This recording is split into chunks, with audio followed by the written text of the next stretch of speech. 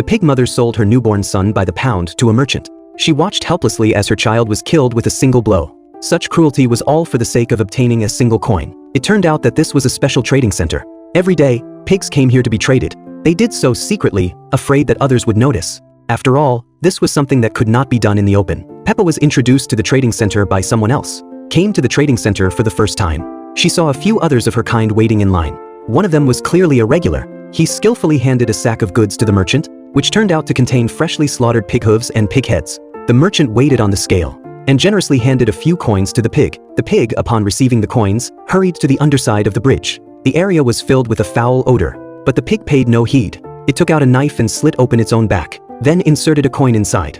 In the next moment, the pig grew wings and flew freely in the sky without a care. But this was just his fantasy. In reality, he was still a pig that could only wallow on the ground. Another pig finally got its turn at the exchange, but it backed away out of nervousness. So a pig mother went in ahead of it.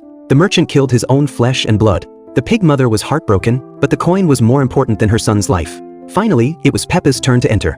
New to the scene, he had nothing in his hands and didn't know what to use for the transaction. When the merchant impatiently reached out, Peppa was scared and tried to run away. But unexpectedly, the merchant pushed him to the ground, took out a knife, and without a word, cut off a large piece of potato. Peppa let out a heart-wrenching scream. Thus, the merchant forced the sale, and afterward gave Peppa a coin, along with a pig slaughtering knife as a gift. Soon it was 6 o'clock. The merchant clocked out on time, pushing a cart full of ingredients through the dirty streets back to his mansion. After 2.5 hours of careful cooking, the day's labor turned into a tempting whole pig feast. But when he undid his buttons, the fat on his belly overflowed into the entire room.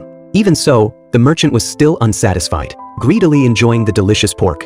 On the other hand, Peppa had only experienced the benefits of the coin once, and became addicted to it. But he was unwilling to sell his own meat for coins. So he thought of the knife the merchant had given him, and began to look for a target. The old pigs playing chess downstairs would never have imagined that the once honest Peppa would turn the slaughter knife on them.